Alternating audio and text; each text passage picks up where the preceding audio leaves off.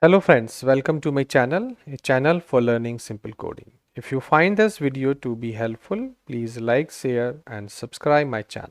In last video, we have created a model or a dialog box, and on that we left this video on this error that we have such kind of error. This error is this one: type string is not assignable to type. Remember that type string is not assignable to type. Such kind of error is coming, and this error is coming because of the Typescript we are using. So we are passing a styling here, but this style is not as per the data type we are giving here. So for that, what we have to do, I have to create a data type here. So I say type and I say here style type, and inside this I say we have a key and we have string here like this string here, and this is what this is CSS property type like this. I use this. Remember that we have a key and we have a string, we have a CSS type. So this type of things I want to do. So here what I have to do, I have to specify style type is this one and I save this. So here we are explaining that this particular styling is of this type. We have a key, we have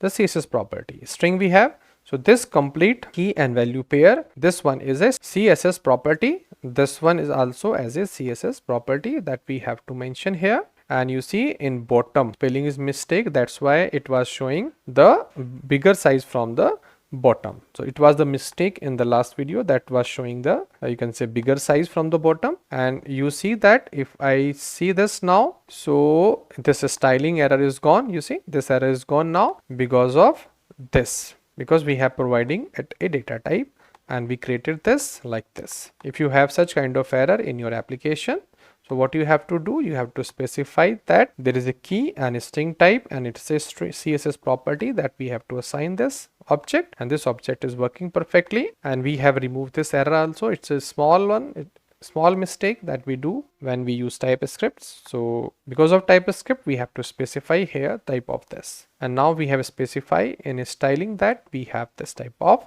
data type in this. So everything is okay right now. We have done, we have removed this error. So if you like this video, please consider to subscribe my channel. Thank you for watching this video.